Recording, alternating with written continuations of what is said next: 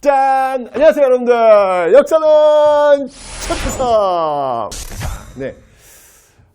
저 이제 문화파트로 이제 들어왔습니다, 여러분들. 근데 저는 문화파트 오면 이렇게 좀 제 인생과도 관련된 곳이라서 문화파트에 들어오면 제가 좀 여러분들한테 좀 제 개인적인 이야기를 좀 해드릴까 합니다. 예, 문화 쪽은 좀 이렇게 저랑 인연이 있거든요. 제가 사실은 사학과를 들어갔는데 맨 처음에 사학과를 들어갔을 때 좀 사실 적응이 안 됐어요. 왜냐면 제가 이렇게 또 소위 그 범생인 출신이라서 학교에서 배운 거 그대로 이렇게 열심히 공부하는 그런 친구였기 때문에 학교에 들어갔는데 와 진짜 이제까지 제가 배우지 못했던 막 그런 내용들을 막 공부하고 있는 거예요. 깜짝 놀랐어요. 제가 진짜 너무너무 놀랐습니다. 왜 이래 하죠. 적응이 안 돼가지고 그냥 저는 중앙도서관에서 콕 박혀가지고 사학과가 영어 공부만 했던 그런 기억이 나는데 제 인생에서 그 반전이 됐던 곳이 어디였냐면 바로 사학과의 답사부라는 곳을 제가 들게 돼요. 다른 학회는 너무 무서워서 못 들겠더라고요. 저랑은 안 맞는 것 같아요. 그래서 답사부에 들었는데 답사부는 사실 뭐 저 들고 싶어 든 건 아니었고요. 좀 돈이 많이 들겠더라고요. 돌아다니니까 돈이 좀 이렇게 넉넉하지 않아가지고 돈 드는 건 조금 약간 제가 좀 고민됐거든요. 근데 어쨌든 일단 뭐 하나 적은둬야 될 것 같아가지고 그렇지 않으면 뭐 영원히 학교 못 다닐 것 같더라고요. 보니 그래서 어디 하나 적은둬야지라고 해서 제가 들어갔던 곳이 바로 사학과 답사부입니다. 답사부에 들어갔는데요. 이야 정말 다른 세상이 펼쳐지는 거예요. 특히 문화와 관련된 저는 사실 문화에 관심 하나도 없어요. 나는 이 학교 다닐 때 고등학교 다닐 때 문화 파트만 들어가면 정말 짜증이 났어요. 왜? 맨날 외워야 돼. 뭐 연가 7년면 금동열에 입사 기억나요? 기억 하나도 안 나. 그걸 외우래. 이걸 왜 외우는지 모르겠어. 너무 짜증이 났었는데 근데 이제 사학과 답사부에 가가지고 제가 진짜 왜 그 옛날 그 심청전에 신봉사 눈 떴다 뭐 이런 그런 구절이 있잖아요. 그런 것처럼 제가 완전히 눈이 팍 떠가지고 정말 이 문화의 어떤 그 매력에 푹 빠졌던 그런 기억이 납니다. 그래서 제가 특히 이 문화 파트는 할 얘기가 너무 많아요. 너무 많아요. 시간은 좀 적고 어쨌든 제가 이 문화 파트마다 재미있는 저의 이야기를 들려드릴 테니까 기대하시고 문화 파트 오프닝 기대하시기 바랍니다.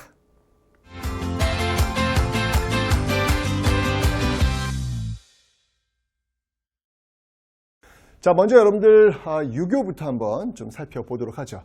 자, 이건 여러분들 복습한다고 생각하시면 돼요. 배웠던 내용 다시 배우는 겁니다. 자, 먼저 고구려의 유교인데요. 자, 고구려 같은 경우는 여러분들 그 중앙에서는요, 어떤 교육기관이 있었냐면 중앙에서는 우리 배웠죠, 여러분들? 네, 바로 개혁군주 소수림 왕에 의해서 세워진 태학이 있다라고 제가 설명을 드렸습니다. 소수림 왕에 의해서 일종의 대학교라고 보시면 돼요. 네, 대학교라고 보시면 됩니다. 태학이 있었다. 근데 지방에도 여러분들 뭐 중앙만 교육을 시킬 수 없잖아요. 지방도 교육을 시켜야 되는데 자, 이 지방 교육은 어디서 담당을 했냐면 지방 교육은 경당이라는 곳에서 담당을 했습니다. 경당이라는 곳에서 담당을 했는데 특히 경당 같은 경우에는 그 장수왕의 평양천도와 관련이 있어요. 예, 장수왕의 평양천도 즉 평양천도 이후에 세워진 지방교육기관이다 라고 보시면 되겠습니다. 근데 이 경당에 어떤 특징이 있어요. 그 특징이 뭐냐면 이 경당은요 가르치는 이 문뿐만 아니라 학문을 가르치는 것뿐만 아니라 그리고 무도 가르치는 무술도 가르치는 그런 모습들. 고구려인들이 좀 싸움을 잘하시잖아요. 그죠? 그분들이 싸움을 잘하는 이유가 바로 이렇게 학교에서 무술 연습, 싸움 연습 이런 것들을 했기 때문에 아마 그 실제로도 강한 게 아닐까라는 그런 생각이 듭니다. 그래서 경당에서는 바로 이렇게 문과 무를 겸비한 이런 교육을 시키고 있었다라는 것을 기억해 놓으시면 되겠습니다. 됐죠? 자, 백제도 역시 교육기관이 분명히 있었을 텐데 기록이 없네? 기록이 없어요. 하지만 뭐 여러분 백제는 뭐 문화 강국으로서 뭐 워낙 유명한 그런 나라잖아요. 그런 근거를 볼 수 있는 근거, 유학의 어떤 발달, 문학의 발달, 어떤 그 학문의 발달을 알 수 있는 근거가 뭐가 있을까를 살펴봤더니 일단 뭐니 해도 백제 같은 경우는 여러분들 이 박사라고 하는 호칭이 있어요. 박사. 그래서 뭐 오경 박사, 그다음에 뭐 의박사, 그다음에 역박사, 뭐 이제 그 달력 같은 거, 뭐 그런 것들이죠. 이런 어떤 그 박사들 용어가 있는 걸로 봐서 굉장히 학문이 발달했음을 알 수 있고 또 어떤 그 이유가 뭐냐면 여러분 왕인이라는 사람 있잖아요. 이 왕인이라는 사람이 논어라든지 천자문, 이 논어와 천자문 이런 것들을 일본에 전파하는 모습들. 그건 뭐냐면 문화적 수준이 발달했기 때문에 그게 일본에 전파할 수 있었던 어떤 그런 내용들이 되겠죠. 그래서 왕, 실제로 일본에서는 여러분들 그 마쓰리인가요? 뭐 어떤 그 지역 풍습이 있어요. 마을 축제가 있는데 거기에 왕인 박사가 오는 그 모습을 재현하는 게 아직도 일본에서는 큰 마을의 어떤 행사로 취해지고 있습니다. 정확하게 이제 그 삼국시대에 어떤 그 일본에 영향을 주었던 어떤 그런 모습들을 지금도 확인할 수 있는 어떤 그런 축제가 아닌가라는 생각이 듭니다. 뭐 이런 것들 봐도 백제의 어떤 그 유학의 어떤 문화들이 굉장히 많이 발달했음을 알 수 있겠죠. 자, 뿐만 아니라 여러분들 여기 또 이제 굉장히 그 유려한 문체를 볼 수 있는 근거가 하나 있는데 그 근거가 뭐냐면 사택지적비라는 게 있습니다. 예. 요거는 부여에서 발견이 된 그런 비석인데요. 이 사택지적비 같은 경우에는 굉장히 문체가 아주 유려해요. 그래서 여기에 어떤 뭐 불교적인 요소, 뭐 도교적인 요소, 뭐 여러 종교적 요소가 들어갔다고는 하는데 이게 뭐 해석에 따라 달라지기 때문에 그게 중요한 건 아니에요. 다만 이 사택지적비에 쓰여진 문체 자체가 굉장히 유려하다. 이건 어떤 그 학문적인 어떤 수준이 많이 올라가 있어야 낼 수 있는 그런 어떤 문체들, 그런 어떤 내용들로 구성되어 있기 때문에 이런 것들도 역시 마찬가지로 유교 발달의 한 근거로 볼 수 있겠다라는 거 알 수 있겠습니다. 그 다음에 이제 신라입니다. 신라 같은 경우에는요, 역시 이제 이 신라도 유학을 굉장히 장려하고 공부를 많이 했는가? 근거가 있어요. 그 근거가 뭐냐면 바로 임신서기석이라는 게 있습니다. 임신서기석. 자, 임신서기석은 뭐냐면요, 임신년에 이 신라의 어떤 청춘들이 서로 약속을 한 거예요. 우리 언제까지 유교 공부 끝내자. 이걸 돌에 새기는 거예요. 이걸 통해서 굉장히 유학이 발달했구나라는 걸 알 수 있겠죠. 그죠? 좋습니다. 자, 이런 것들이 이제 근거가 되고요. 또 하나가 있다면, 유학은 기본적으로 나라에 충성하고 왕에게 충성하는 충을 또 가르치지 않습니까? 그런 충과 관련된 것들이 있다면, 역시 뭐 하나의 근거를 볼 수 있는 화랑도도 화랑도에서 그 화랑도의 어떤 그 규칙, 이런 것들이 뭐가 있냐면, 세속 5개가 있어요. 세속 5개. 5개 지켜야 될 그 규율이라는 것이죠. 이거는 이제 원광법사에 의해서 만들어진 건데, 이런 내용들을 잘 보면 역시 뭐 임전무태라든지 나라에 충성하는 어떤 그런 모습들, 이런 것들이 다 유교에서 영향을 받은 그런 모습들이다라는 것을 여러분들이 유추할 수 있겠습니다. 됐죠? 이게 삼국이 굉장히 유학을 장려하고 발달시키는 모습들. 왜?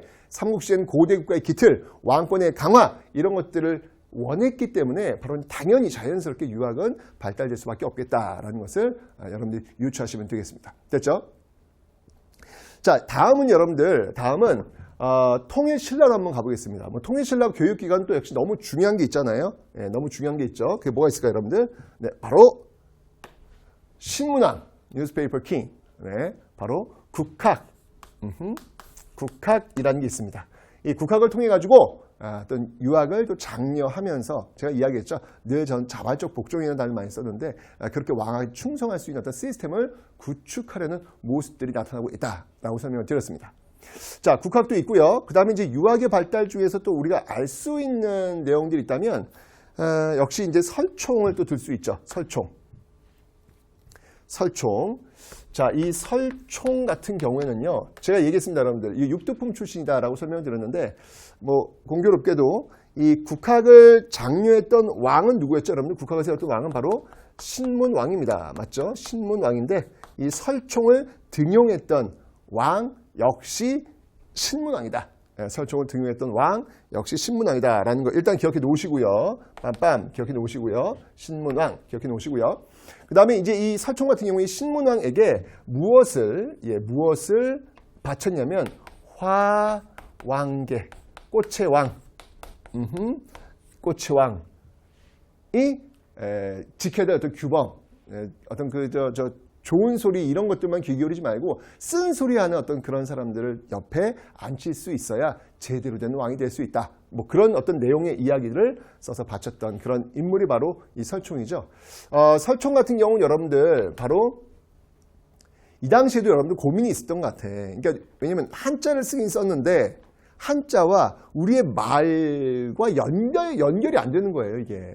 말 따로, 글자 따로. 이게 좀 어려움이 있겠죠. 그래서 이걸 어떻게 해결할까? 이걸 해결한 게 바로 우리는 조선시대 세종대왕을 우리가 만날 수 있는 건데 이 당시에 역시 불평이 있었던 거예요. 그죠? 그래서 한자를 가지고 우리의 말을 붙입니다. 한자의 음이나 훈이나 이걸 이용을 해가지고 붙이는 거예요. 그걸 뭐라고 하냐면 이두라고 합니다. 이두. 그래서 이두를 통해 가지고 이두를 정리하는 그런 모습들. 그러니까 통일신라의 세종대왕이라고 보시면 되겠죠.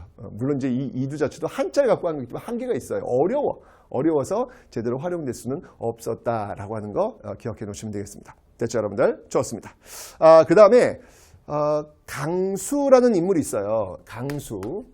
이 강수라는 인물이 있는데 이 강수가 썼던 그 외교 문서를 보면요. 상당히 유려합니다. 상당히 이 외교 문서가 상당히 유려해요. 아주 잘 썼어요.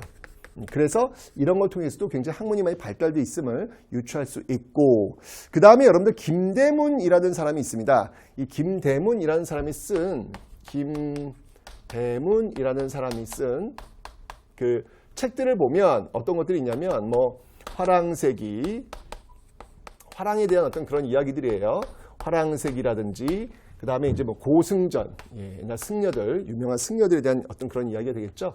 고승전이라든지 그 다음에 한산기라든지 한산기는 뭐냐면 여러분들 왜 구주 중에서 한산주가 있어요. 그 한산주에 파견되어 가지고 그 지역의 어떤 모습들을 적어 놓은 것들인데 이런 화랑세기, 고승전, 한산기의 특징을 한번 들어봐라 라고 한다면 상당히 자주적이고 주체적인 어떤 그런 내용들로 채워져 있더라 라고 하는 것을 기억해 두시면 되겠습니다.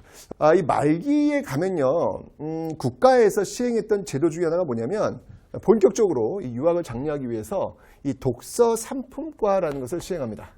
독서 삼품과라는 것을 시행을 하는데 이건 어느 왕 때냐면 원성왕 때.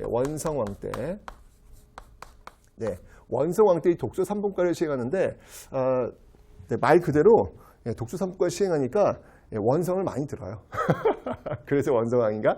네, 원성을 많이 들어요. 왜냐하면 여러분이 독서 삼품과는 뭐냐면 말 그대로 책을 읽힌 다음에 그걸 시험을 봐서 품계를 나누는 거예요. 그러니까 쉽게 얘기하면 과거 시험의 전신이 바로 이 독서 삼품과다라고 보면 되는데 자 보세요.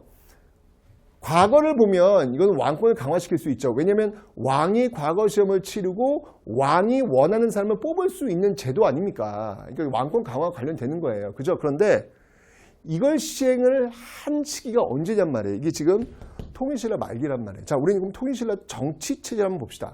통일신라 초기, 전기에는 왕권을 강화하는 모습들 보일 수 있는데 말기로 들어가면 어떻게 돼요? 왕권이 약화되죠. 중앙 귀족 간의 왕위 다툼이 벌어지면서 왕권이 약화가 되잖아요. 그죠? 근데 그런 식의 지금 독서 삼품과를 지금 시행한다는 건 되겠어, 안 되겠어? 안 된단 말이에요, 이거는요. 그죠? 그래서 이 독서 삼품과는 시행되지 못한다. 결국은 이제 이게 시행되지 못하니까 이것을 제대로 시행한 게 고려시대에 가서 고려 광종 때 과거제가 처음으로 시행이 되고 있다라는 거 여러분 기억하시면 되겠습니다. 됐죠? 자, 통일신라 말기에 정말 그 유명한 학자를 한번 들어봐라 라고 하면 뭐니 해도 우리 할아버지 최치. 그래서 최치원 육두품 똑똑한 집안이잖아요. 경주 최씨반요. 그죠? 이 최치원이 정말 그 시조로서 아주 그 똑똑한 집안의 어떤 모습을 보이고 있는데 이 최치원 같은 경우는 여러분들 청춘 시절에 중국으로 가가지고 빈공과 이건 이제 중국에 온 당나라에 온 유학생들을 대상으로 보는 시험인데 아이고 뭐 너무 잘합니다. 네, 떡떡 합격하고요. 또 글을 그렇게 잘 써요. 그 당시 이제 황소의 난이라고 해서 아마 세계사 공부하시면 좀 아실 텐데 그 당나라에서 이제 큰 난이 하나 벌어지는데 그 황소의 난을 토벌하는 글을 쓰는데 기가 막히게 글을 썼어요. 이 글을 읽고 그냥 적들이 놀라가 도망갔다 할 정도로 그런 이야기 전할 정도로 정말 글을 잘 썼죠. 이게 바로 토황소 경문. 토벌한다는 얘기예요. 황소의 난을 토벌하는 경문을 또 이렇게 딱 쓰는 모습들도 보이고 있고 그 다음에 어떤 그의 저서로서 이렇게 모아놓았던 그 책들을 보면은 뭐 개원필경이라는 저서들도 있고 그래서 그래서 굉장히 최치원을 통해서도 이 당시 어떤 학문의 어떤 발달 이런 것들을 알 수 있겠다. 그런데 이제 특히 이제 이런 학문 발달을 이렇게 앞장섰던 인물들은 잘 보시면 알겠지만 육두품들이 좀 이렇게 주도하는 어떤 그런 뭐 설총도 육두품이잖아요, 그죠? 네, 최치원도 육두품이고 육두품들이 이렇게 주로 주도하는 어떤 그런 모습들을 보이고 있다라는 거. 그러니까 육두품들이 나중에 이제 결국 호족들과 손을 잡고 호족들 브레인이 되면서 그들이 이제 새로운 나라 중세 고려를 세우게 되는 배경이 여기서 나오는 겁니다. 됐죠? 마지막으로 이제 발해입니다. 발해는 여러분들 교육기관으로서 주자감이 있었다. 통일신라에는 국학이 있다면 그리고 발해에는 주자감이 있었다. 남북국의 교육기관들을 또 하나 여러분들 기억을 해놓으시면 되겠습니다. 됐죠? 자, 이렇게 해서 여러분들 유교를 봤는데 이걸 통해서 우리가 알 수 있는 것은 뭐냐면 고대에 이렇게 유학이 굉장히 발달하고 있었구나 라는 거. 그 당시에도 이렇게 열심히 공부하는 사람들이 많이 있었구나 라는 사실을 여러분들이 기억하시면 되겠습니다.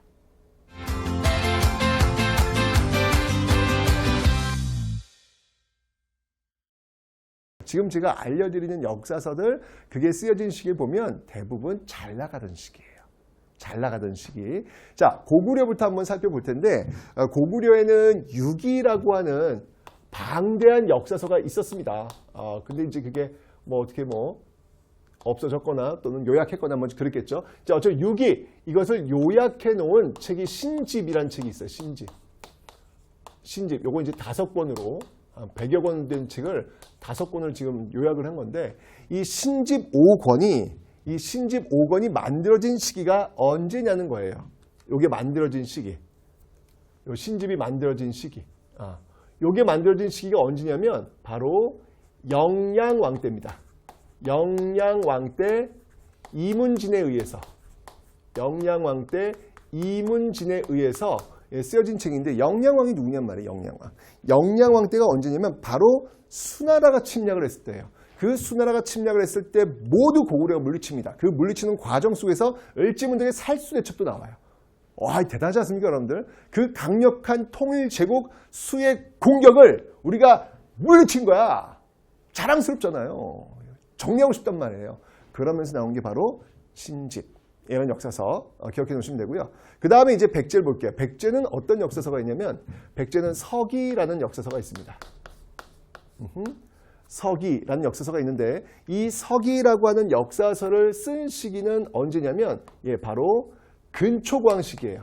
근초광 시기. 느낌 오시죠, 여러분들? 근초광 시기 박사 고흥에 의해서 제가 박사 얘기했잖아요, 앞에서. 그죠? 그 박사 고흥에 의해서 서기라는 책이 쓰여지고 있습니다. 근초광 시대가 언제입니까, 여러분들? 4세기 백제의 가장 잘 나갔던 정복군주 정복의 시대, 바로 백제의 시대. 바로 그 시대의 역사를 남기고 싶었던 거예요. 그게 나온 게 서기예요. 신라 볼까요? 신라도 마찬가지예요. 신라는 여러분들 국사라는 역사서가 있습니다. 국사. 그러면 느낌 와. 자, 이제 배우지 않아도 돼. 이제 이거 배우지 않아도 이제 알 것 같아. 자, 국사가 편찬된 시기는 언제일 것 같아요? 느낌 빡 와야지. 그렇죠. 바로 신라의 전성기 바로 진흥왕 때 이렇게 되는 거예요, 여러분들. 진흥왕 때 거칠부에 의해서 쓰여진 역사서가 바로 이 국사더라라는 것도 공통점 보이시죠, 여러분들? 잘 나갈 때. 잘 나가는 거 기록하고 싶은 거야. 이게 이제 각국의 역사다라고 하는 거 기억해 두시면 되겠습니다. 남북시대는 통과하고요. 자, 이제 다음은 도교에 대해서 한번 살펴보겠습니다. 도교. 자, 이 도교는 어떤 것과 관련되냐면 신선사상. 네, 여러분 신선사상 또는 무위자연. 내가 살고 싶은 그런 스타일인데, 그런 스타일. 도교는 이제 이런 것들을 지금 얘기해주고 있는 거예요. 도교는 이런 것들을 지금 얘기해주고 있는데 이런 것들을 그려낸 결과물이 바로 사신도라는 겁니다. 여러분 사신도는 뭐냐면 왜 동서남북해서 사방신 해서 좌청룡, 우백호, 남주작, 북현무 색깔들도 청룡, 청색, 우백호, 백색, 남주작, 붉은색, 북현무, 검은색 이런 식으로 해서 사방신을 다스리는 그런 신들을 그려놓은 게 고구려 벽화에 특히 많이 보이고 있죠. 이런 사신도 같은 것들은 도교의 영향을 많이 받았다라고 하는 거 알고 계시면 되겠습니다. 고구려에서 이제 사신도를 통해 가지고 그런 도교의 어떤 그 영향을 알 수 있고요. 그 다음에 백제 같은 경우에는요, 산수무늬 벽돌이야. 산수문이 벽돌. 그 다음에 이제 백제의 어떤 그 도교에서는 산수문이 벽돌이라는 게 있어요. 이게 뭐냐면 얼럭벌럭, 네, 산이 이렇게 얼럭벌럭 신선들이 사는 산이 나오고요. 거기에 이제 신선들이 있는 그런 모습들이 있겠죠. 네, 이게 바로 산수문이 벽돌 있고요. 그 다음에 이제 금동대학로가 있습니다. 와, 이 금동대학로는 말이죠, 여러분들.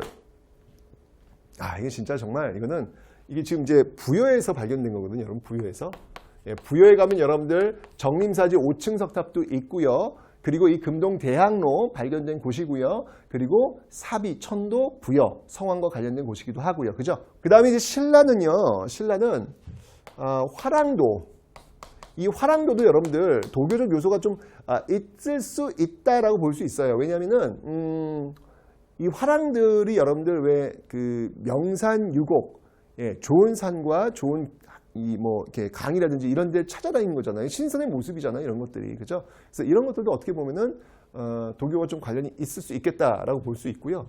이런 것들이 이제 나중에 그 신채호의 난가 사상에 또 영향을 주는 것이죠. 우리의 어떤 전통적 사상은 유교적인 어떤 문약한 그런 사상이 아니라 바로 이렇게 명산, 명천을 다니면서 우리 어떤 그 호방한 기운을 보여주고 있는 이런 사상, 이게 바로 우리의 원리다라고 하는 이런 어떤 모습들, 난가 사상도 바로 이런 데서 연결이 되고 있다라는 거 기억해 놓으시면 되겠습니다. 됐죠? 자, 이렇게 해서 여러분들 역사와 도교를 살펴봤는데요. 어쩌니 고대에는 이런 어떤 신선적인 어떤 무의자연적인 어떤 도교 요소가 굉장히 많았다라고 하는 것을 여러분들 기억하시면 되겠습니다.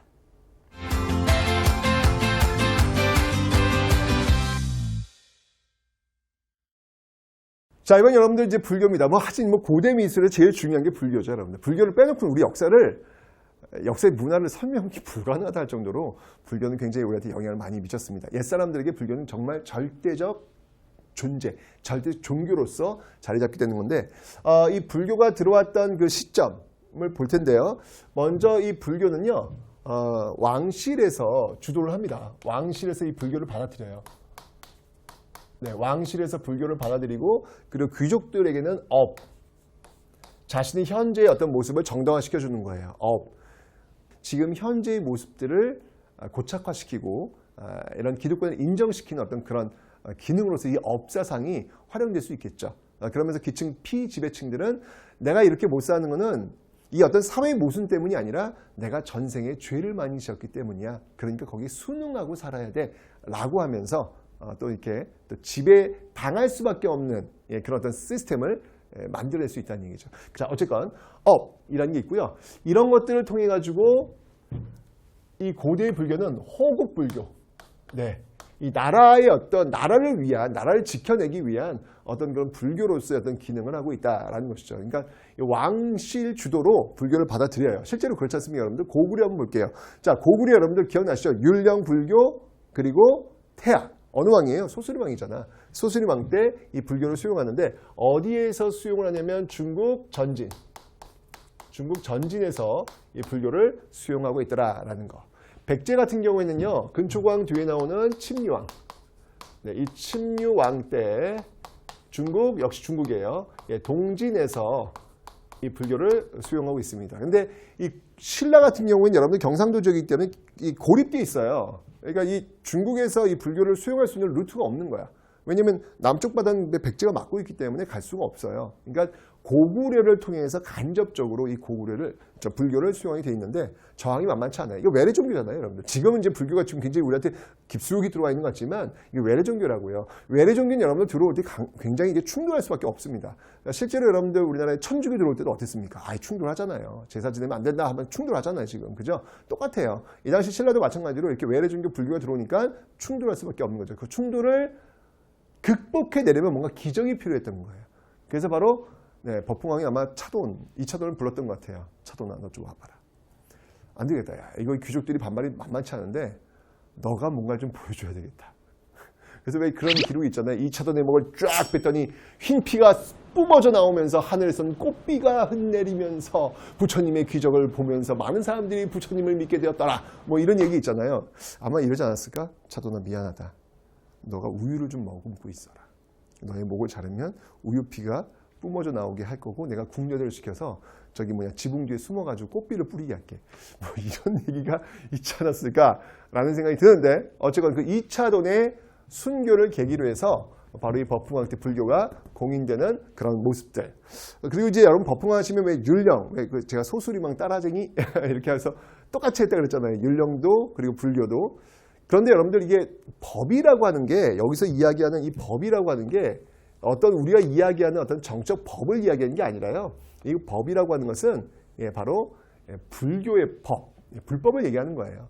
이런 버풍왕 같은 경우에도 그래서 불교식 이름이라고 볼 수 있는 건데 이런 불교식 이름이 언제까지 쓰여지냐면 불교식 이름이 진덕 여왕 때까지 진덕 여왕 때까지 이런 불교식 이름이 쓰여지는 거예요. 진흥왕도 역시 마찬가지로 불교와 관련된 그런 이름들이에요. 그 뒤에 나오는 왕들은 다 이렇게 불교와 관련된 이름을 쓰고 있다라는 거 기억하시면 되겠습니다. 됐죠?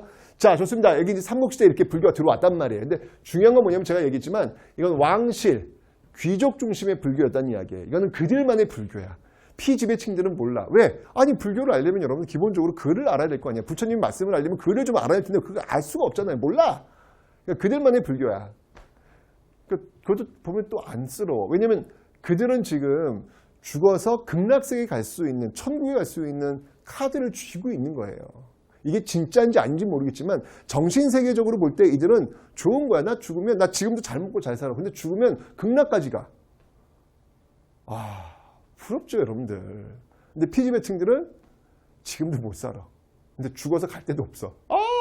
너무 깝깝한 거야. 너무 깝깝한 거야. 진짜 깝깝한 거야 여러분들. 그 당시 사람들에겐 그렇다는 얘기예요. 그 당시 사람들에게는. 그런데 바로 그들만의 종교, 그들만의 안식, 그들만의 천국을, 그 위에 있는 그 천국을 밑으로 쭉 끌고 내려와서 모든 사람들에게 나누어줬던 그 귀족들, 그 왕들만이 갖고 있는 그 카드, 극락의 카드를 쭉 갖고 내려와서 모든 사람들에게 뿌렸던 사람이 드디어 이제 등장합니다. 신라, 그 통일신라로 넘어가는 그 과도기에 드디어 등장합니다. 그 인물이 바로 우리 불교에서 너무 중요한 인물이죠. 바로 원효가 되겠습니다. 자, 이 원효는요, 우리 원효하면 너무 잘 알고 있잖아요. 원효와 의상. 둘은 베프였고, 이 둘은 불법을 구하기 위해서 중국의 유학길로 갔다. 그런데 그 중간에, 너무나도 힘들고 어려워. 못 가겠어. 지쳤어. 물이 먹고 싶어. 물 못 먹나 죽겠어. 여기 있다. 아주 그냥 찰찰 넘치는 아주 그냥 차가운 생수가 옆에 놓여져 있었던 거예요. 그래서 그거를 벌컥 마셨죠. 너무 맛있는 생명수예요. 마시고 한 잔 푹 잤습니다. 그리고 일어났더니 바로 해골물에 담긴 썩은 물. 대박. 그때 원효는 깨닫게 됩니다. 내가 어제 먹었던 그 차갑고 단 생명수와 이 해골에 담긴 썩은 물은 똑같은 물인데 어제 나는 맛있게 먹었고 지금은 먹을 수 없으니 똑같은 물을 갖고도 이렇게 바라보는 관점이 다르구나. 모든 것은 다 내 마음에 달려있다. 라고 하면서 이제 의상한테 얘기하죠. 친구야, 나는 이미 다 깨달았다. 빠이빠이 하고 돌아갔다는 이야기. 너무 유명하잖아요, 여러분들. 근데 원래 이야기에서 해골물은 등장하지 않습니다. 그냥 무덤이에요. 그냥 편하게 잤는데 자고 일어나 보니까 그 무너진 무덤 속에 잔 거야. 그래서 그때 이제 원효가 깨닫게 된 어떤 그런 모습이 이제 원래 스토리의 출발이에요. 근데 그런 이야기는 약간 밋밋하잖아. 그러니까 뭔가 뒤에 사람들이 오면서 뭔가 좀 드라마틱한 게 집어넣어야 되는데 그게 뭘까? 이게 바로 이제 해골물이 들어간 거죠. 나중에 이게 전래가 되면서 구전되면서.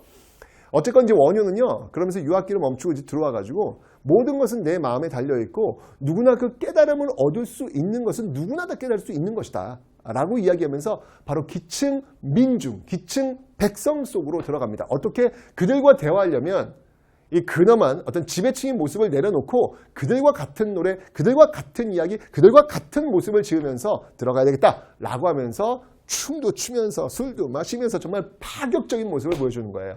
그때 지었던 노래가 바로 무애가라는 겁니다. 무애가. 모든 것은 다 마음에서 결정이 된다라고 하면서 그냥 이 기층 민들한테 외칩니다. 여러분들 극락세계 가고 싶어요? 네. 그래요. 제가 그 길을 알려드릴게요. 우리 모두 소리 높여 외쳐. 어떻게 해요? 아미타! 외쳐봐, 아미타! 이것만 외치면 모두 다 극락세에 갈 수 있다는 거예요. 와우! 네. 아까 얘기했잖아요. 고대 그 귀족들, 왕들만 갖고 있었던 그 극락 카드를 끌고 내려온 거예요. 아미타가 뭐냐면, 아미타 부처님은 바로 그 극락 세계를, 천국을 관장하는 부처님이거든요. 그러니까 아미타만 외치라면 되는 거예요. 예. 나무 아미타불. 나무라고 하는 건 기원합니다는 거예요. 아미타 부처님께 기원합니다. 나무 아미타불. 이것만 외쳐. 그럼 모두 다 극락세계 갈 수 있어.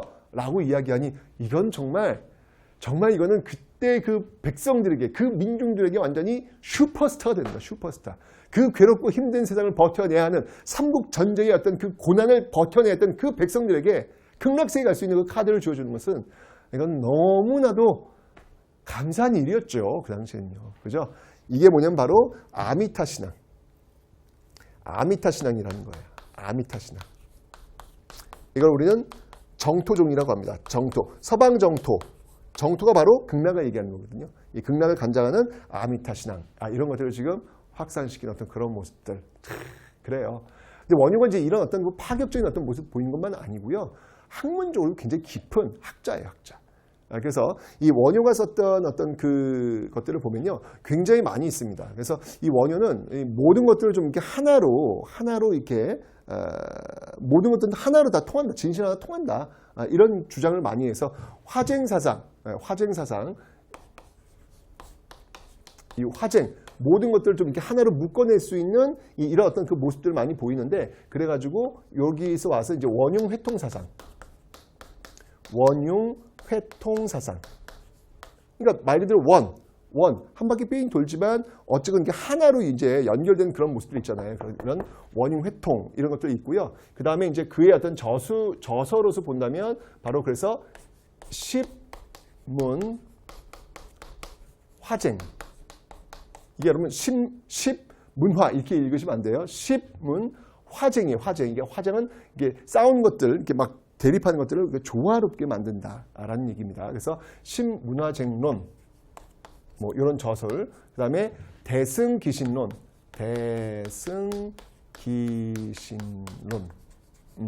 그와 같은 정말 학자적인 어떤 풍모도 이 원효는 갖추고 있다. 이거 굉장히 진짜 이게 학자 열심히 공부한 그런 분이 이렇게 민중 속으로 탁 파고들어가면서 그들과 함께 호흡하려고 하는 모습들, 진정한 학자, 실천하는 대학자의 모습을 이 원효가 보여주지 않았나라는 그런 생각이 듭니다.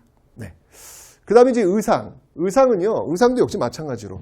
의상은 이제 좀 약간 이제 원효랑 좀 달라요. 의상은 이제 내 스타일 같아. 제가 이렇게 약간 이게 범생이 스타일이라고 그랬잖아요, 여러분들. 그죠? 그쪽인 것 같아요. 그래서 유학을 가기로 했으면 또 유학을 해야지. 라고 해서 원효는 다시 돌아왔지만 의상은 간 거야. 가면서 갔다 와서 이제 이 원효 의상 같은 경우에는요, 어떤 그 신앙을 발달을 시키냐면 관음시상, 관세음 사상 있죠? 예, 관음신앙, 이런 것들을 또 발달시킵니다. 여러분, 관음이 뭐냐면, 관세음 보살이 뭐냐면, 여러분들, 관세음 보살은 부처가 되기 전 단계예요. 그래서 이 보살들은 약속을 해요. 내가 못을 이뤄내면 그 다음에 부처가 되겠다, 불이 되겠다, 이런 약속을 하는 건데, 이 관세음 보살은 어떤 약속을 했냐면, 현재 살고 있는 사람들의 모든 소원을 내가 다 들어주겠다. 그리고 부처가 되겠다. 이런 약속을 하는 거예요. 여러분들 생각해봐. 아미타 부처님은 내가 죽고 나서 극락세에 갈 수 있도록 해주는 부처님이야. 그죠? 그러니까 내가 지금 현재 어떤 소원을 이루기에는 약간 좀 거리가 멀어. 근데 관세음 보살은 뭐예요? 나의 현재 소원을 들어주시는 분이잖아. 그죠? 여러분들 왜 불교하면 딱 떠오르는 그 주문 있잖아요. 나무 아미타불 관세음보살. 야, 이거 여러분들 대단한 거 아닙니까? 여기에 모든 열쇠가 다 들어있는 거야. 사실 부처님들은 굉장히 많이 있거든요. 근데 아미타불과 관세음보살 이 두 분만 알고 있으면 사실 현재에도 잘 살 수 있고 죽어서도 좋은 데 갈 수 있고 게임 끝나는 거예요. 그죠? 바로 이러한 아미타불과 관세음 신앙, 이런 것들을 발달시킨 사람들이 바로 원효와 의상이다. 진짜 이 사람들 진정한 베프의 어떤 모습들을 지금 보이고 있지 않나 라는 그런 생각이 듭니다. 기층 백성들에게 정말 희망을 주었던, 물론 그 희망이 허상일 수도 있고 존재하지 않을 수도 있어요. 그래서 어떤 그 배신의 어떤 그런 느낌일 수도 있겠지만, 그럼에도 불구하고 하루하루를 버텨내야 되는 그들에게는 이런 어떤 그 마음의 위안을 줄 수 있는 이런 것들도 도움이 될 수 있다라는 것이죠. 자, 그래서 이 관음신앙을 또 발달시킨 어떤 그런 모습도 보이고 있고요. 그리고 역시 의상도 마찬가지로 학문적인 어떤 그런 발달을 굉장히 많이 이뤄내고 있는데 특히 이제 화엄종을 굉장히 많이 발달을 시킵니다. 화엄종을 굉장히 많이 발달시키는데 뭐 일즉다 하나가 곧 다 많음이요 다 즉일 그 많음이 곧 하나다 라고 하는 것들을 주장하면서 화엄 일승 법계도 화엄 일승 법계도 요거 이제 그림식으로 이렇게 표현을 하는 굉장히 복잡한 그런 법계도니까 그림이잖아요, 여러분들. 요게 이제 이렇게 딱 제시가 되고 이 승려와 관련된 것은 무엇인가 이렇게 물어보기도 하더라고요, 여러분들. 화엄 일승 법계도. 그리고 이 의상과 관련된 사찰이 뭐가 있냐면 부석사가 있습니다. 여러분. 부석사. 영주, 경북 영주에 가시면 부석사가 있는데 이 부석사 창건과 이 의상은 관련이 있어요. 그래서 부석사는 제가 이제 고려시대 가면 다시 한번 설명을 드리도록 하겠습니다. 어쨌건 이 의상과 관련된 내용들 여러분 좀 기억을 좀 해놓으시면 되겠습니다. 됐죠? 좋습니다. 네, 이렇게 이제 봤고요. 그 다음에 이제 한 명을 더 우리가 좀 기억을 해야 되는데, 바로 해초가 있습니다. 해초. 해초. 이 해초를 어디다 써야 되지? 의상도 있고요. 그 다음이 해초. 여기다 제가 쓰겠습니다. 해초는 왕 오천축국. 왕 오천축국전. 이거는 이제 중국과 중앙아시아를 갔다 오면서 쓴 기행문이에요. 이런 것들이 또 있다라는 거서 원효, 의상, 해초 이렇게 기억을 좀 해놓으시면 되겠습니다. 됐죠? 자, 그런데 이제 신라 말기가 되면요, 신라 말이 되면 선종이 또 유행을 합니다. 선종이 유행하기 전에 여러분들께 원효와 의상을 통해서 우리가 알 수 있는 게 뭘까요?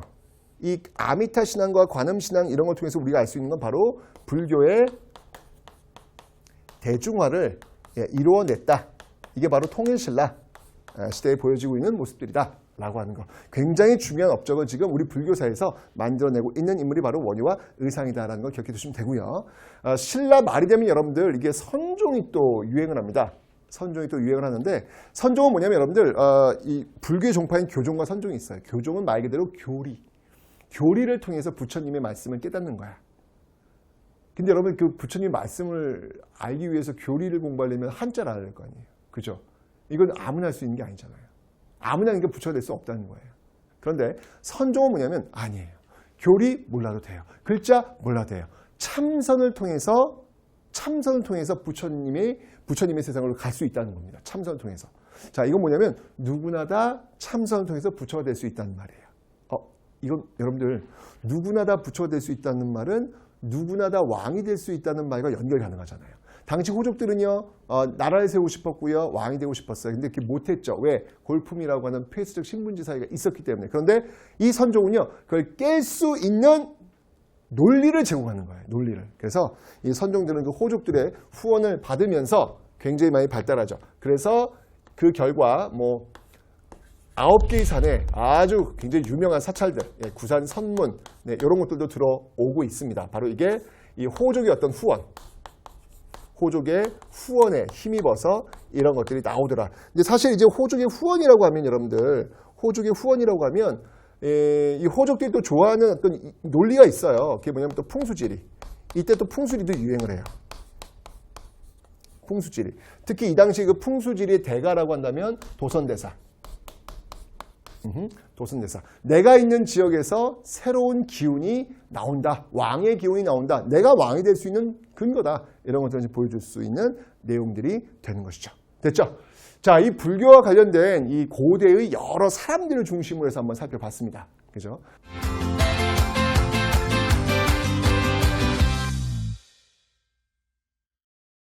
자, 이제 여러분들 마지막으로 이제 불상과 불탑에 대해서 한번 살펴볼 텐데요. 자, 먼저 불상입니다. 요건 여러분들 외우려고 하지 마시고요. 절대 이름 외울 필요 없어요. 그냥 사진 보시고 이게 어느 시대인지만 아시면 돼요. 아셨죠? 그 연습 하시면 되겠습니다. 삼국시대 불상 중에서 뭐 대표적인 게 있다면 뭐니 해도 삼국에 이제 공통적으로 등장하는 불상부터 먼저 볼게요. 그게 뭐가 있냐면 금동, 금동으로 만든 네, 미륵보살, 반가 사유상이라는 게 있어요. 자, 이게 뭐냐면 금동으로 만든 미륵보살이에요. 미륵보살. 제가 아까 그 보살, 관세음보살 얘기했잖아요. 마찬가지로 미륵보살은 어떤 보살이냐면, 어떤 약속을 했냐면, 나는 나중에 도탄에 빠진 중생들을 다 구원하고 극락세에 가겠다. 부처가 되겠다라는 약속을 해요. 그러니까 미래에 오는 부처야. 마치 이제 기독교에서 왜 재림예수라는 어떤 그 용어가 있잖아요. 그것처럼 나중에 내려와서 중생들을 구원해 주겠다는 약속을 했던 그런 미륵보살. 그 미륵보살이 어떻게 중생을 구원할 수 있을까? 반가부좌를 틀고 사유, 고민하고 있는 어떤 그런 모습들을 표현하고 있다. 그래서 금동 미륵보살 반가 사유상이 있고요. 그 다음에 이제 이 고구려의 불상 중에 대표적인 게 있다면 뭐니 해도 여러분들 이제 금동, 이건 이제 사진만 보시면 돼요. 사진만, 이거 이름 외우지 마세요. 금동 연가 7년. 연가 7년이라고 하는 글자가 명자, 새겨진 거예요. 예, 새겨진 금동 연가 7년명 열애, 부처님입니다. 열애는. 열애 입상이 있습니다. 이게 이제 고구려의 대표적인 그런 불상이에요. 보고 있으면 좀 규모는 작지만 살짝 웃고 있어요. 그러니까 고대 불상의 특징, 특히 삼국시대의 불상의 특징은 뭐냐면 미소 짓고 있다는 거예요. 왜 그럴까? 이게 제 개인적인 생각인데 아마도 이때 이제 불교가 처음 들어오잖아요. 처음 들어왔는데 막 불상이 막 이게 무서웠고 막 그러면 좀 믿기가 좀 그렇잖아요. 좀 그래서 푸근한 맛. 외래 종교니까 푸근한 맛. 뭐 이런 것들이 좀 먹히지 않았을까라는 생각이 듭니다. 그래서 고구려는 금동 연가 7년명 열애 입상이 있고요. 그 다음에 이제 이 백제 같은 경우는요. 서산 용현리에 가시면, 서산 용현리에 가시면 이 바위에다가 새겨 넣었어요. 그래서 마예예요. 바위에다 새겨 놓은 부처님이에요. 열애입니다. 열애. 예, 근데 3명이나 있어요. 그래서 3명. 삼존상. 예, 서산 용현리 마예 열애 삼존 입상이라고 서 있는 모습이니까 삼존상이 있습니다. 요 서산 용현리 마예 열애 삼존상은 여러분들 특히 이게 진짜 보고 있으면 너무너무 귀여워요. 그래서 백제의 미소라고도 불립니다. 백제의 미소. 근데 뭐 사실 이게 백제의 미소겠습니까, 여러분들? 저는 이거는 우리의 미소다라는 생각이 들어요. 예, 우리의 어떤 얼굴을 보고 있는 듯한 느낌? 네, 제가 웃는 모습하고 많이 비슷하더라고요. 네, 어쨌건 서산용현리 마의 열애 삼존상 있다는 걸 기억해 놓으시면 되고요. 그 다음에 신라를 한번 볼게요. 신라도 역시 마찬가지로요. 여러분들 그 경주 남산 올라가는 입구에서 아마 만나시게 될 텐데, 경주에 가시면요. 배동이라고 있어요. 배동. 네, 이 배동에 가시면 그 석조, 이게 돌로 만들었습니다. 석조, 돌로 만든 부처님 열애. 역시 이것도 이제 3명이에요. 3명. 삼존 서 있어요. 입상.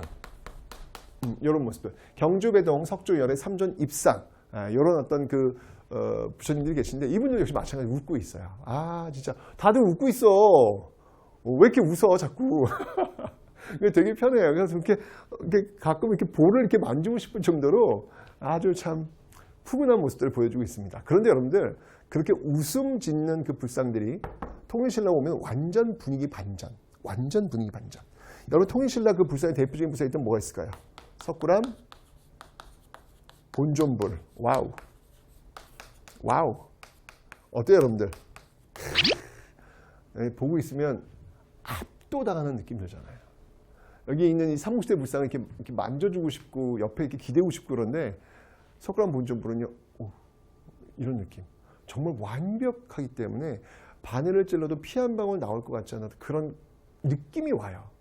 왜 그럴까? 그 이유는 바로 이 삼국시대 여러분들 통일시킨 통일신라 시대 여러분들 전제왕권의 강화의 시대 아니야. 그 시대에 만들어진 불상이기 때문에 그 왕을 담은 전제왕권을 담은 그 모습들이 아니었을까라는 어떤 그런 생각이 듭니다. 석굴암 본존불. 좋습니다.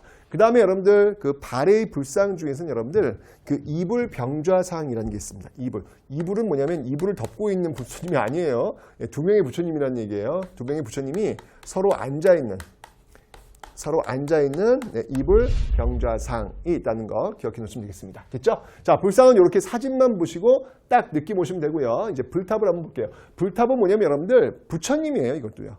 왜냐면 이 불탑에 부처님의 사리, 부처님을 왜 이렇게 화장하고 나서 나온 그 사리들 있잖아요. 그 사리를 하나씩 모셔두기 때문에 불탑은 그 부처님이에요. 그러면 선생님, 아니 그렇게 사리가 많아요? 그렇죠. 예, 그래서 사리를 집어넣지 못할 때는 부처님의 말씀, 예, 불경을 집어넣기도 합니다. 자, 고구려 같은 경우에는 주로 목탑이었던 것 같아요. 불에 타서 남아있지 않고요.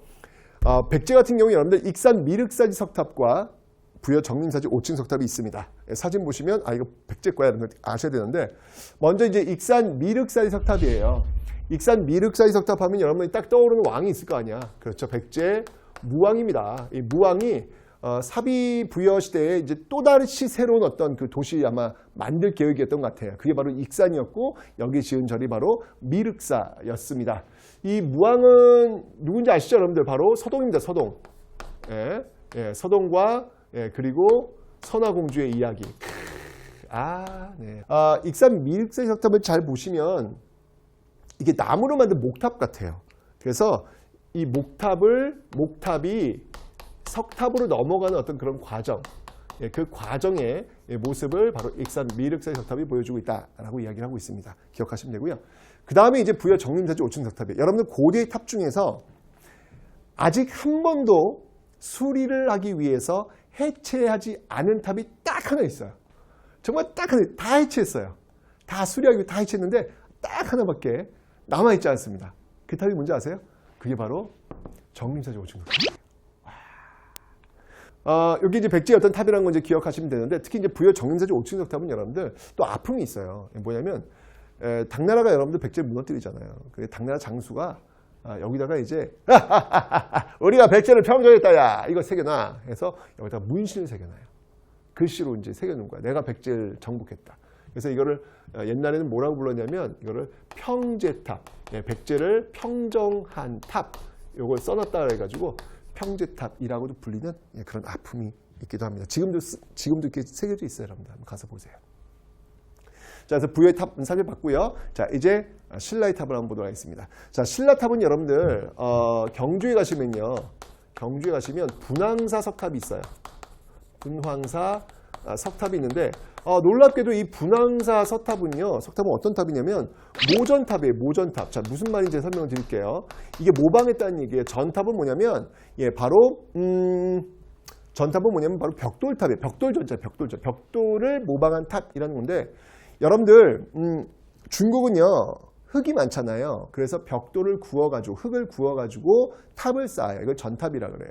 근데 우리는 둘러보면 다 산이다. 돌산이야, 돌산. 화강암산. 그래서 돌이 많아가지고 우리는 돌을 가지고 탑을 쌓아요. 그래서 우리는 석탑이 많아요. 일본 가시면 여러분들 나무들이 좋은 게 많아요. 그래서 일본은 목탑이 많아요. 그래서 중국의 전탑, 우리의 석탑, 일본의 목탑이에요. 이렇게 모습들 나와 있는데 아니 이게 경주 분황석탑은 우리 돌을 벽돌 모양으로 다 하나씩 깎아가지고 쌓아 올린 거예요. 대박. 아니 왜 이런 사서 고생을 하셨을까라는. 벽돌을 구우면 이제 편하잖아요. 흙을 구우면. 그게 아니라 그냥 돌을 하나씩 다 벽돌 모양으로 깎아가지고 올린 탑이 바로 이 경주 분황석탑입니다. 이게 진짜 불심이 진짜 대단하셨구나 라는 것을 느끼는 그런 탑입니다. 한번 가서 여러분들 한번 분황석탑도 한번 보시기 바랍니다. 그 다음에 이제 황룡사 9층 목탑이 있어요, 여러분들. 황룡사 9층 목탑. 이건 지금 없어졌습니다, 여러분들. 이게 이제 어느 왕 때냐면 여러분들 선덕 여왕 때. 선덕 여왕 때 그 자장의 건의에 의해서 자장법사의 그 건의에 의해서 세워지게 된 탑이 바로 이 황룡사 9층 목탑이다라고 볼 수 있는데 여러분들 이 황룡사 9층 목탑을 세웠던 시기가 언제면 643년이에요. 자, 제가 앞에서 642년을 설명드렸습니다. 642년은요 신라로서는 엄청난 위기였어요.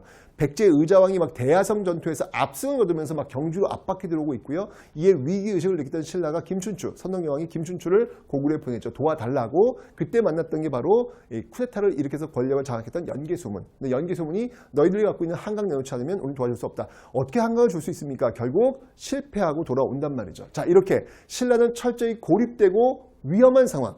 백제가 압박하고 고구려 도와주지 않는 이런 상황. 이런 상황이 바로 642년이에요. 그런데 그 다음에 643년에 선덕여 왕이 정말 발상의 전환을 합니다. 바로 이 자장의 건의에 의해서 황룡사 9층 목탑을 세워요. 무려 높이 아파트 30층 높이, 엄청난 높이의 탑을 세우게 됩니다. 그리고 그 층마다 다 의미를 부여해요. 바로 신라가 제압해야 될 나라들의 이름을 다 의미 부여를 합니다.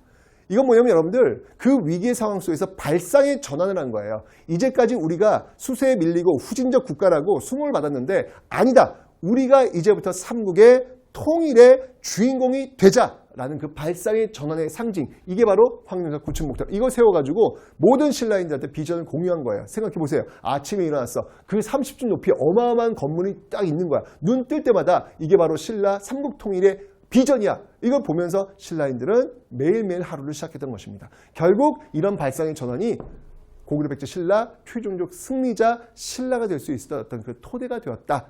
이게 바로 그 642년 위기 속에서 그 다음에 발상의 전환을 나왔던 그런 결과물이었다라는 거.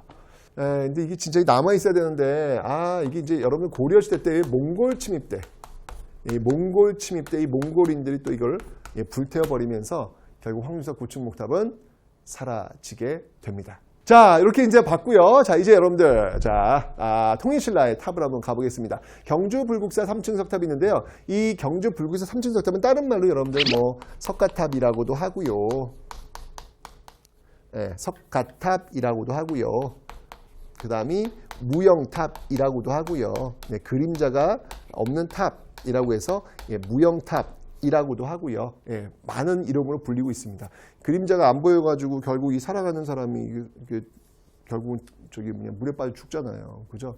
그림자가 보여야 되는데 안 보여가지고 그래서 무영탑이라고 이제 불리기도 했습니다.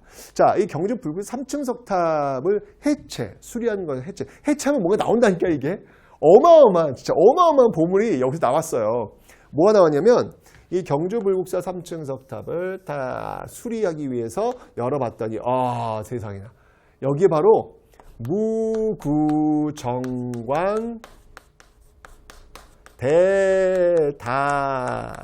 대다라니 경이 나옵니다. 자, 무구정광 대다라니 경은 어떤 역사를 얘기했습니까? 현존하는 세계에서 가장 오래된 최고의 목판 인쇄물입니다.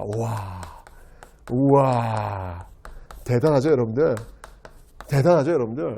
이 정도예요. 열면 나온다니까. 열면 이렇게 세계 최고 가장 오래된 이름이 나온다니까, 여러분들. 무구정광 대다라는 게 경주 불국사 3층 석탑에서 나옵니다. 근데 여러분들 경주 불국사 3층 석탑뿐만 아니라 그 앞에 있는 다보탑 있죠, 여러분. 다보탑. 근데 여러분들 이게 불국사에 가시면 이 다보탑을 딱 보시면서 다보탑인가 보다 이렇게 생각하실 텐데 그게 아니에요. 그게 그렇게 만든 이유가 있어요. 이 불국사에 가시면 왜 여기 이제 석가탑이 있고 여기 다보탑이 있잖아요. 그죠? 그럼 여러분 이거 보시고 사진 딱 찍고 이제 딴 데로 가신다고요. 그게 아니에요. 석가탑과 다보탑이 있는 건 그 이유가 있는 거예요. 거기는 하나의 스토리가 지금 구현되고 있는 겁니다. 어떤 스토리냐면 석가탑을 잘 보시면 여러분들 거기 석가탑 그 주변에 방석 같은 돌로 이렇게 방석처럼 놓여진 게 있어요. 그게 뭐냐면 대중들이 석가탑을 석가모니예요. 부처님이 지금 불법을 이야기하는 것을 듣고 있는 장면이에요. 듣고 있을 때 불경에 보면 이런 말이 나와요. 석가모니가 불법을 이야기할 때 그것이 진리다라고 하는 것을 내가 증명해 보이겠다라고 해서 다보열에 다보 부처님이 등장해서 이게 진리야라고 내가 이야기해 줄게라는 장면이 등장해요. 바로 그 장면을 구현해 놓은 게 바로 불국사예요.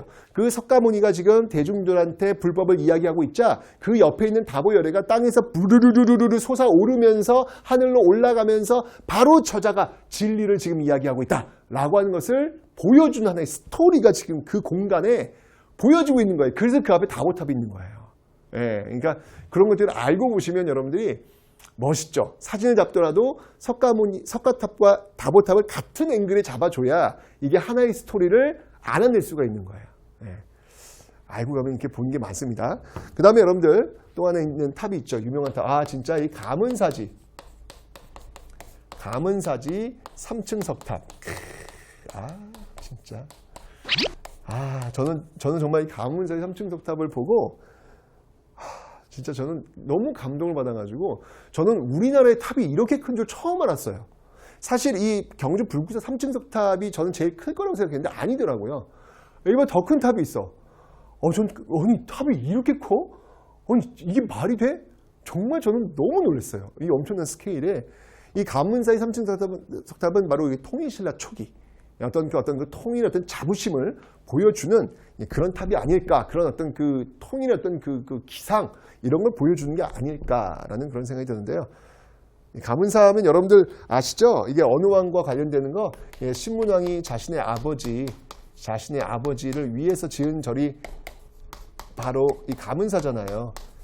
문무왕이 왜 죽어서 용이 되겠다라고 해서 그 용이 머물 수 있는 공간, 실제로 가문사에 가면 여러분 밑이 이렇게 뻥 뚫려 있어요. 그 용이 머물 수 있는 공간을 확보해내는 그런 모습들이 지금 있더라라는 겁니다. 그래서 가문사의 3층 석탑도 한번 가보시기 바랍니다. 됐고요.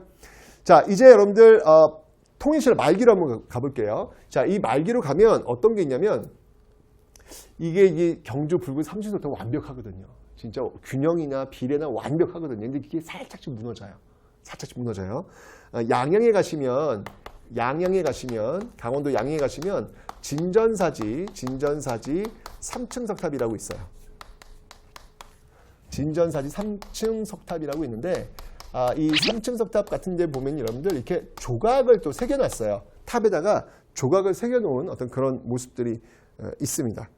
근데 여러분들 세상에서 가장 아름다운 미는 어떤 미라고 해요? 미학자들이 얘기하잖아요. 단순미라고 합니다.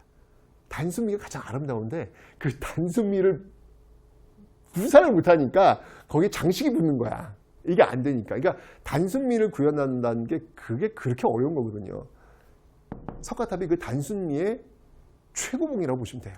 완벽합니다, 여러분들. 근데 여기 진전사 화려는 한데 뭔가 모르게 화려하니까 조금 그런 게 좀 있어요. 어쨌든 양양 진전사 3층 석탑이 있고요. 그 다음에 이 당시 이제 제가 여러분들 그 호족들이 후원을 하면 선종이 유행한다고 그랬잖아요. 그래서 이때가 되면 승탑도 유행을 해요.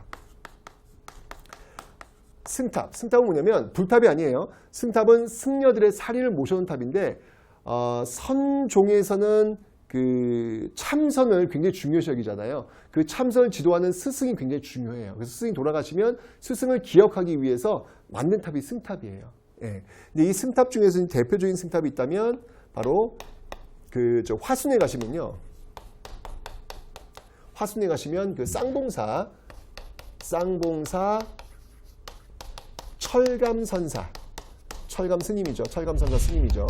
철감선사 승탑이 있어요. 진짜 이 고대의 어떤 그 화려함이 아주 잘 담겨져 있는 그런 승탑이다라는 거 사진 통해서 확인하시면 되고요. 그 다음에 이제 마지막으로 발해입니다. 발해는요, 발해의 탑 중에서 유명한 게 있다면 바로 영광탑. 발해의 영광탑. 이것도 사진을 통해서 확인을 해 보시면 되겠습니다. 됐죠?